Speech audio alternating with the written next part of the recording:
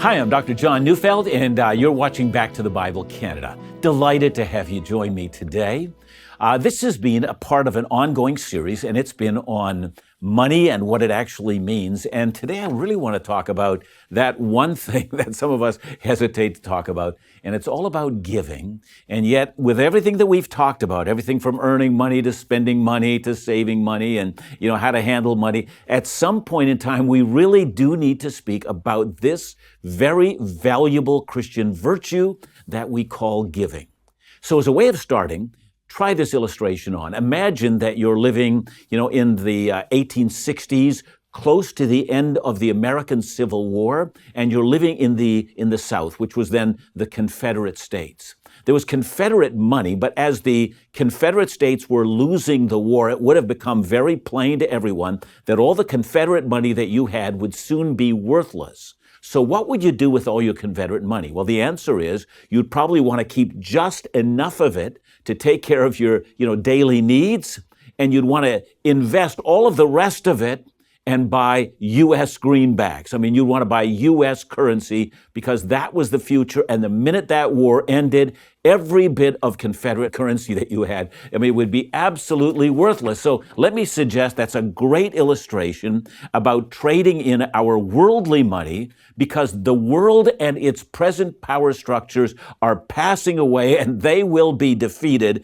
And the currency of this world in just a short period of time when Christ returns again is going to be worthless. Everything that we invested in this world will come to nothing. So let's talk about giving. And so I want to read a section of Scripture which is a part of a wider section. I'm reading from 1 Corinthians chapter 9, verses 6 to 11. I'm going to read that in just a little while, but it's a part of a wider discussion which is dealt with in 2 Corinthians 8 and chapter 9. And I'll talk more about the context, but for now, let's just read the passage. I'm reading, again, 2 Corinthians chapter 9, verses 6 to 11. Here Paul writes, "The point is this: whoever sows sparingly will also reap sparingly, and whoever sows bountifully will also reap bountifully.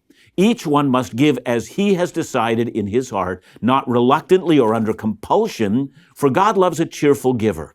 And God is able to make all grace abound to you, so that, having all sufficiency in all things at all times, you may abound in every good work. As it is written, he has distributed freely, he has given to the poor, his righteousness endures forever. He who supplies seed to the sower and bread for food will supply and multiply your seed for sowing and increase the harvest of your righteousness. You will be enriched in every way to be generous in every way, which through us will produce thanksgiving to God." So that's the passage, and try to keep it in mind. I'm going to keep coming back to this passage, but I want to show a number of principles that are related to generosity, and here's the first of them. It's simply this: give. Give. So look again at verse 7, and it says, "Each one must give." Now, I know you're going to say, whoa, that's really out of context, because the rest of the verse says, each one must give as he has decided. And from that, a lot of people think, well, here's what the Bible teaches about, or New Testament teaches about giving, and it's simply this: it's up to you. You make a decision. It's nobody else's business what you make. It's up to you. And we use that verse as a pretext. But imagine, for instance, that you've, intercepted a letter. Maybe you've gotten an old letter that, comes from some historical situation in the past, but all you have is a little fragment. Now, that little fragment, if it's out of context, might give you the wrong idea in terms of what's communicated. And sometimes when we take a fragment of a verse out of context, don't understand it as a whole, we come to the wrong conclusion. And here's the wrong conclusion. The verse does not say, it's up to you to decide whatever you want to give. It's nobody else's business. You make up your own mind. And I'll come back to that, and I'll show you why that's the case. But here, let me show a number of things. The context here is simply, Paul says, one who sows sparingly will also reap sparingly. So obviously, the sowing has to do with giving, and if you give sparingly, what you reap will also be sparing. Well, the image that he's giving us is the image of a farmer. He's out in the field, and if he sows an abundance of seed, he's going to have an abundant harvest. If he sows very little, it's just going to be very scraggly few plants that come up. That's just the principle behind it. But there's something else that's behind this as well, and it has to do with chapter 8 and chapter 9. And these chapters have to do with the fact that Paul has been raising a special offering. He's been going from church to church, and he's been doing that in the Greek province of Macedonia, which is in the north of Greece. And now he's coming to the south of Greece. That's where Corinth is, and that's in the Greek province of Achaia. But he tells the Corinthians, listen, I was up north in Macedonia, and these people have been giving, overwhelmingly. I'm overwhelmed with what they've actually given. And so he's trying to use them as an example of how he wants the Corinthian church to give as well. So that seems to belie the idea that he's saying to them, well, you just make up your mind, give whatever you want, because that's not the context. So no matter how you interpret verse 7, it hardly means giving is a matter between just you and God, and I'm going to return to that point. But before I do, let's see if we can do a wider understanding of how giving functions in our entire Bible. So I'm going to start with the Old Testament because, as you know, when you read the New Testament, there are over 600, ready for this? Over 600 quotations from the Old Testament in our New Testament. So really what you have in the New Testament is pouring over the Old Testament in the light of the fact that Christ the Messiah has come, and it's pouring over that material, and it's telling us what it truly means. So it's important for us to go to the Old Testament and ask ourselves what it actually taught. And most of us might know this already, that the Old Testament teaches a principle called tithing. And just so that we're aware of what tithing is, it's giving 10%. And it was always a principle of tithing was based on the first fruit of your offering. So let's say you've got a wheat harvest out in your field, and it's time for the harvest. So you take the first of the wheat harvest and you present that to the Lord with the acknowledgement that God will still provide that which is left out in the field. So it's the 10% of everything that you have is given first to God. So that's the idea behind it. But as you continue to read through the Old Testament, you find out it's a little more complex than that. In fact, there's not just one tithe in the Old Testament. There are, in fact, 3 of them. And let me give them to you. The first of them is described in Numbers chapter 18, and it's the tithe given to support the priests and the Levites and the administration of the temple, which of course is your place of worship. Now, before there's a temple, there's a tabernacle, but the whole idea behind it is this is your worship tithe. You give it so that the ongoing priesthood and its functions will continue. So that's the first tithe. Then there's a second tithe, and by the way, that's 10%. Now there's a second tithe, and that's found in Deuteronomy chapter 12, and it's the tithe that's given to support the sacred festivals in Israel. Every year there are these pilgrimage festivals. There's 3 of them, and all of Israel was expected to go to Jerusalem to celebrate. Passover is one of those. You'd celebrate together the Passover, and that also was expensive, and it cost a lot to keep it going, so that you have a second tithe that is simply the pilgrimage tithe. And then there's a third tithe. And it's fascinating because this one is found in Deuteronomy 14 and Deuteronomy 26. And this one is only collected once every 3 years. So really, it's not a 10% tithe. It's a 3.3% tithe, really. But it's a tithe that's given to the orphans and the widows and the poor. And it was collected as I said, every 3 years. So in fact, what you actually have in the First Testament or in the Old Testament is a 23.33% tithe. So that's always in view. So keep that in mind. And then let me take you to one of the well-known passages that deal with tithing. And it's found very close to the end of the Old Testament in the book of Malachi, chapter 3, verses 8 and 10. Let me read it to you. Will a man rob God? Yet you are robbing me. But you say, how have we robbed you? In your tithes and contributions, you are cursed with a curse, for you are robbing me, the whole nation. Bring the full tithes into the storehouse, that there may be food in my house. Now, you want to notice that's the first tithe. It's for the place of worship. And so let me continue to read. And thereby put me to the test, says the Lord of hosts, if I will not open the windows of heaven for you and pour down for you a blessing until there is no more need. Now, a couple of things. You'll notice that the mention is made here of the storehouse, and this was a room that was designated in the temple for the collection of the tithe. This is where the tithe was kept. And so you've got to believe that the tithe that's being spoken of here in Malachi is the tithe for the regular worship. It's to keep worship going in Israel. Now, second, this is the only passage, this is really fascinating, this is the only passage in the entire Bible where we are instructed to put God to the test.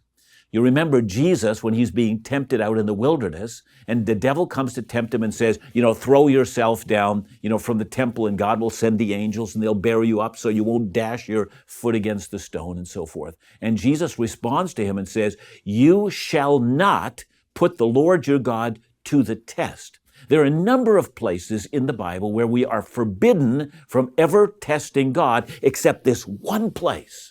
When it comes to the tithe, everywhere else, don't you dare put God to the test. But here, put God to the test. Test God. Bring the full tithe in and see whether or not he abandons you or whether you're lacking because of it. In fact, you're going to find out the opposite. Test God in this. So let's review. Tithing in the Old Testament was bringing 10% of your income before you spent it to the Lord. It was given to the priests and the Levites and the worship of the tabernacle or the temple. It was the essential worship tithe. Now here's the big question, and this is the question. Is this a New Testament command? And you're going to find all sorts of people, and some are very good Bible teachers that will argue, absolutely not. It's an Old Testament command. It doesn't work its way through to the New Testament.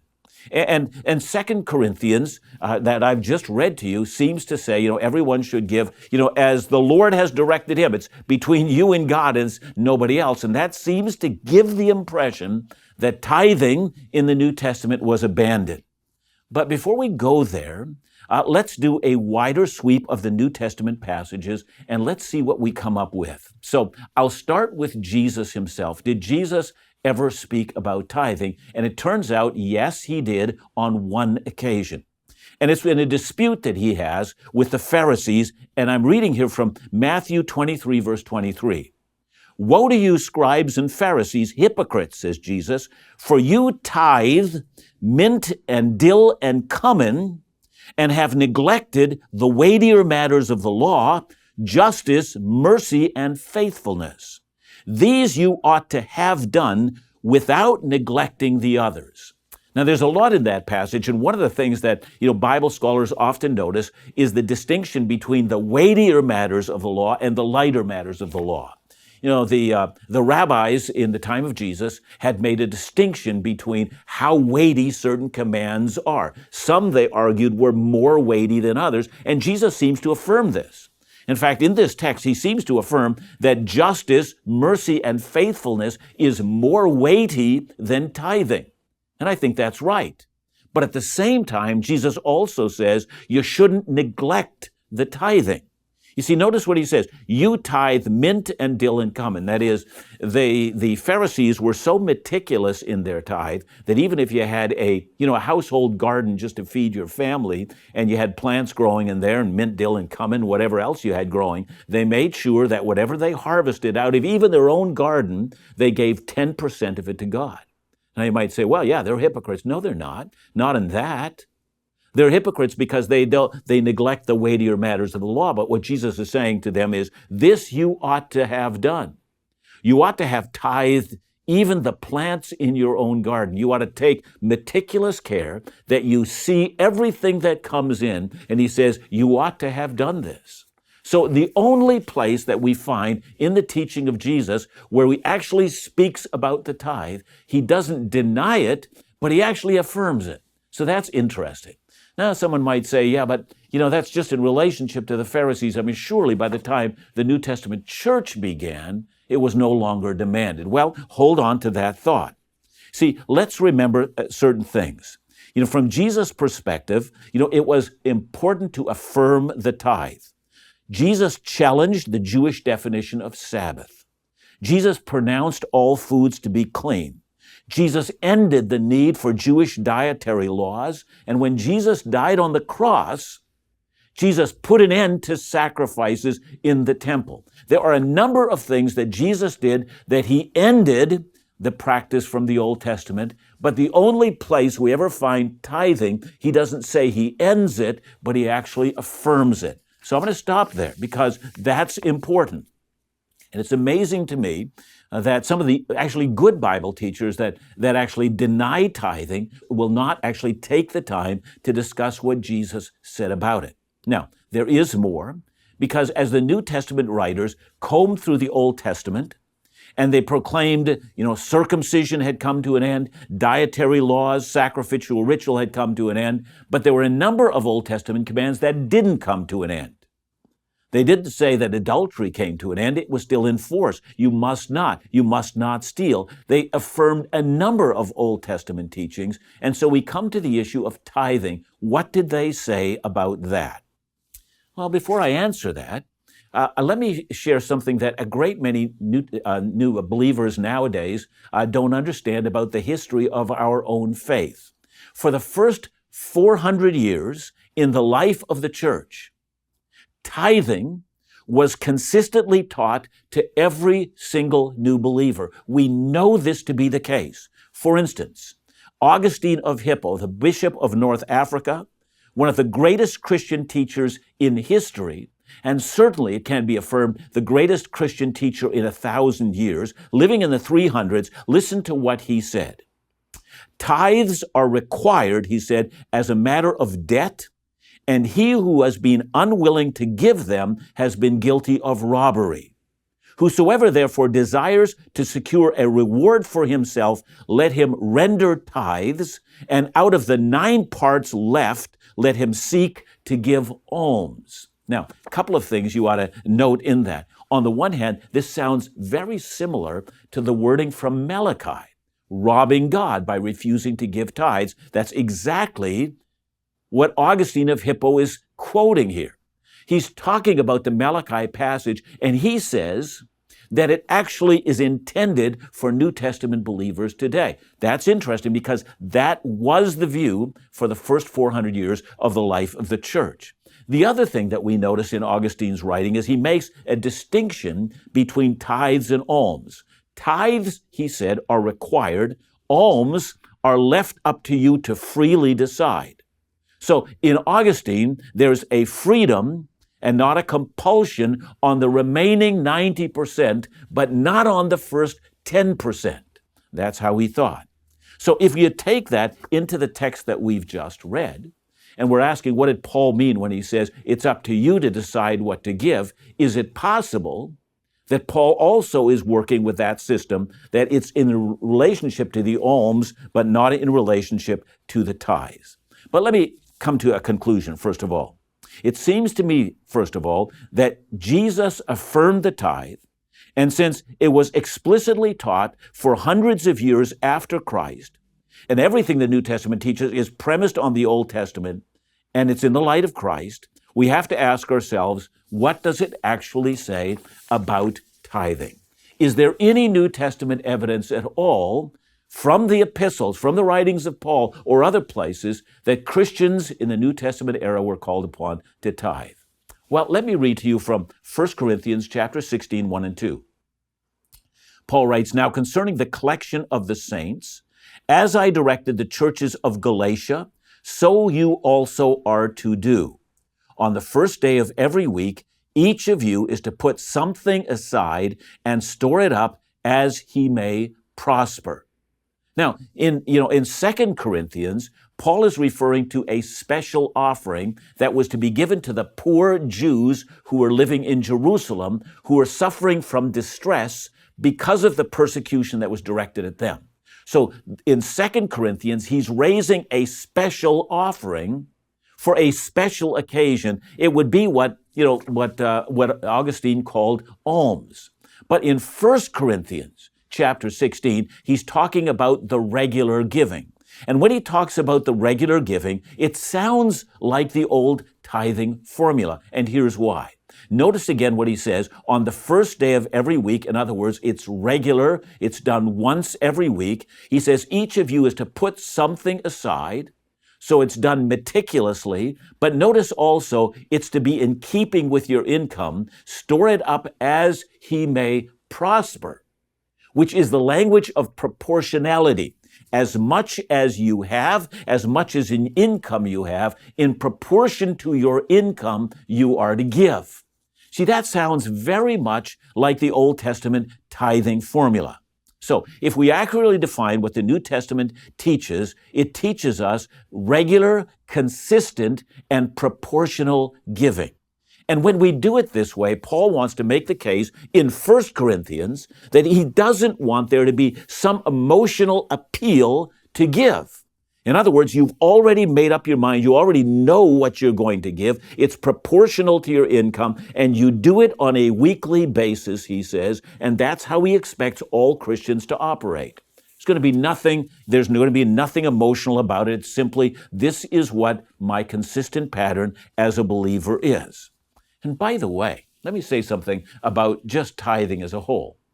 If North American Christians all decided that they would tithe, 10% of our income, if that's what would be the case, I've seen studies on this, we'd have enough money to probably end poverty, provide medicine for 8 of the most common killers in the third world, and we'd still have enough to evangelize the world. We'd have to actually raise up more missionaries and pastors and all sorts of programs because we'd be swimming in a river of money.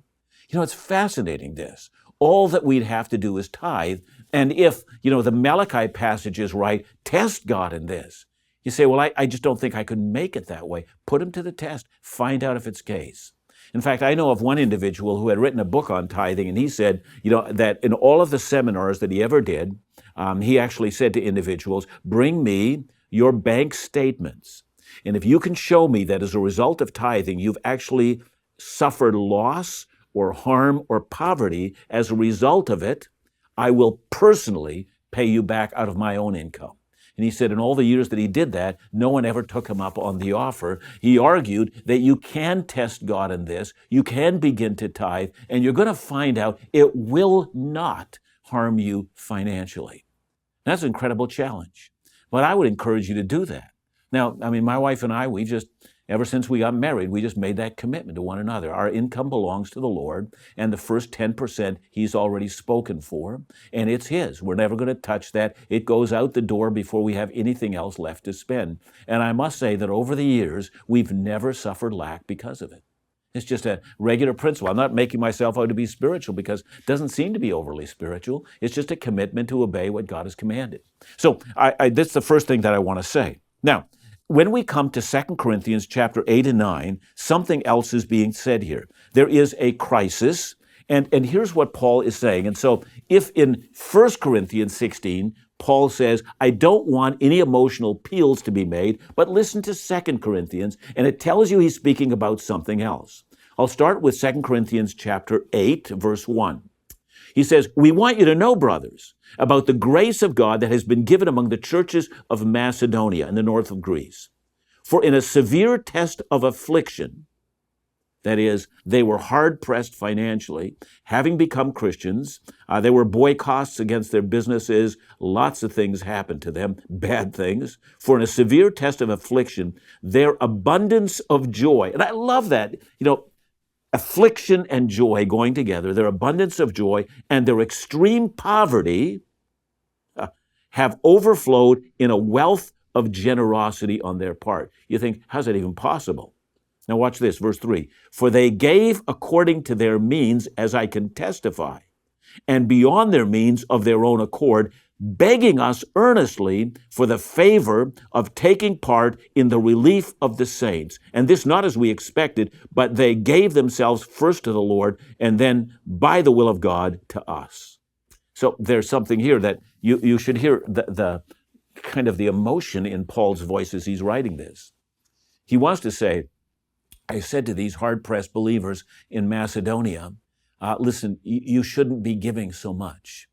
you're going to put yourself in arrears, and you need to be careful to make sure that you're taking care of your own needs as well.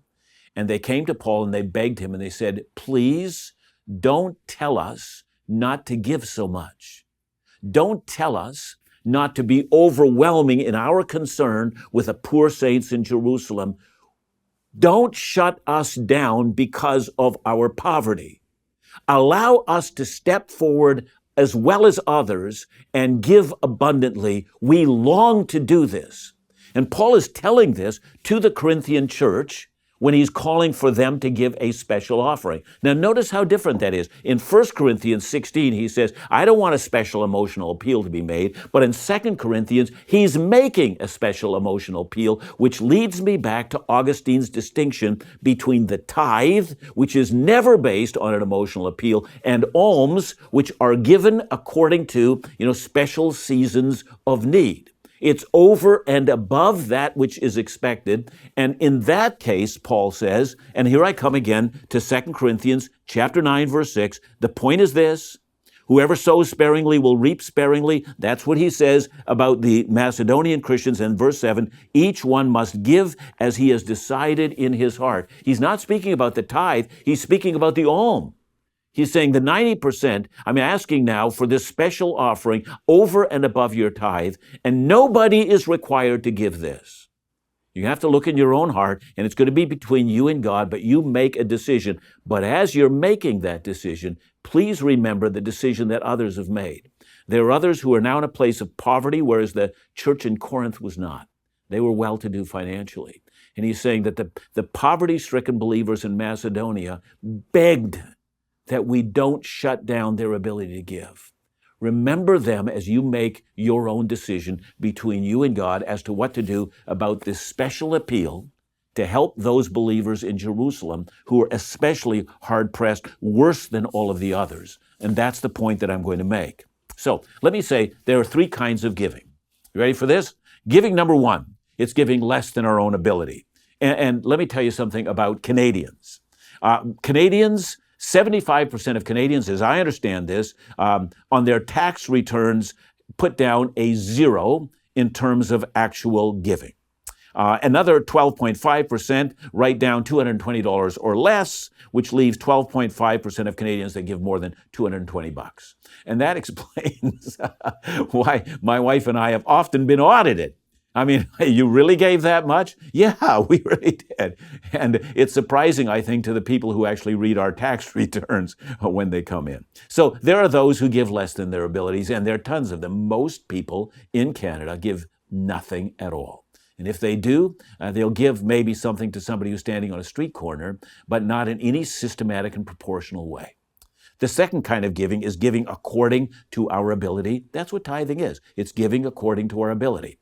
And then there is a third kind of giving, which is giving above our ability. And that's where 2 Corinthians 9:7 comes in. Each one must give as he's decided in his own heart.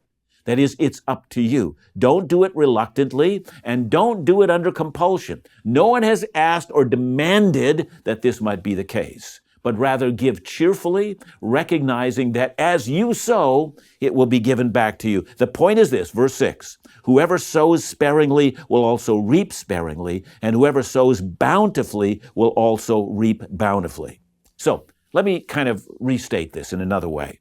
For the majority, the way in which they interact with their own giving habits sounds like this.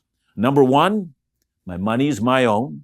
Number two, that what I give is nobody's business but my own. And number three, my money has very little to do with my faith. Well, we've already learned, if you followed me through this series, number one, God owns all my wealth. Number two, I'm only the manager. And number three, I can draw a wage out of what God has given me. And number four, I can use my money to invest in eternity. And that's the whole point of it. It's an investment into eternity. So, look again at verses 10 and 11 at 2 Corinthians 9. He who supplies seed to the sower and bread for food will supply and multiply your seed for sowing and increase the harvest of your righteousness. Notice what he says. He's going to multiply your seed for sowing. That's the money that you give. He's going to multiply your abilities. Now, let me tell you a little bit about that. Proverbs 11:24.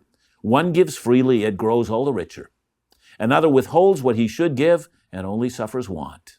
It's a biblical principle. So let me end by telling you about a man that has already lived and died and gone home to glory. It's a man by the name of R.G. Letourneau.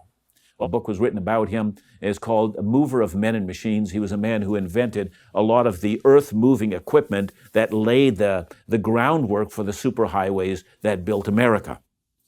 R.G. Letourneau was a Christian man, always tithed, but finally came to the realization that the amount of money that he was taking in made his tithe look paltry. And so he made a commitment to the Lord. He would not give 10% and live on the 90%. He had enough money that he would give the 90% and live on the 10%. And here's when someone asked him why he did that. Here's what he said.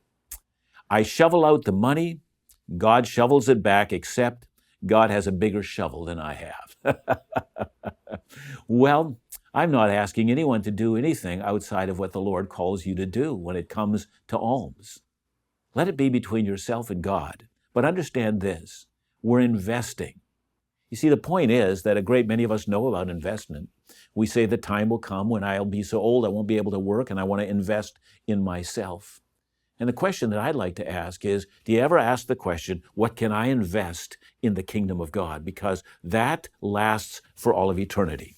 Verse 7 says that God loves a cheerful giver. So is giving a matter of joy.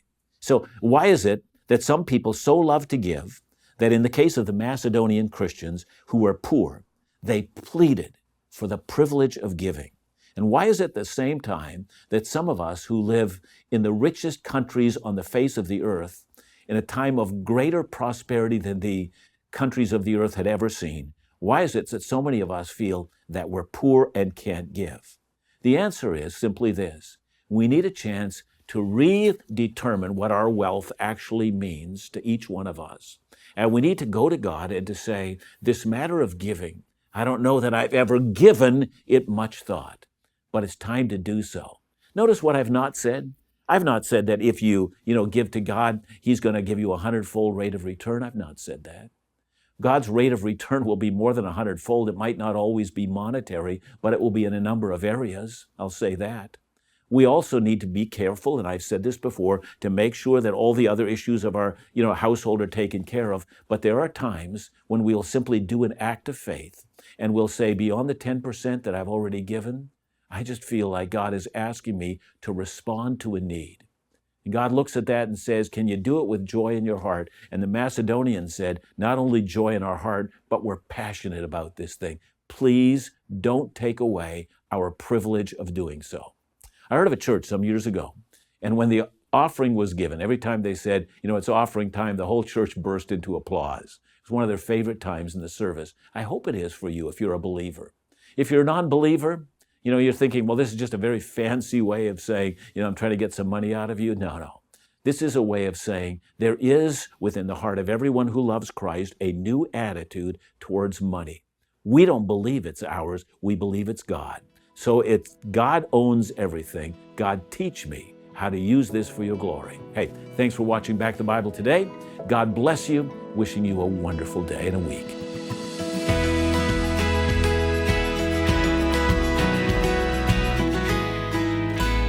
Thank you for watching today, and I want to ask you to make sure that you hit the like button and also subscribe to this channel so that you can receive any further notifications of all the videos that we prepare for you. Thank you so much for being a part of Back to the Bible Canada.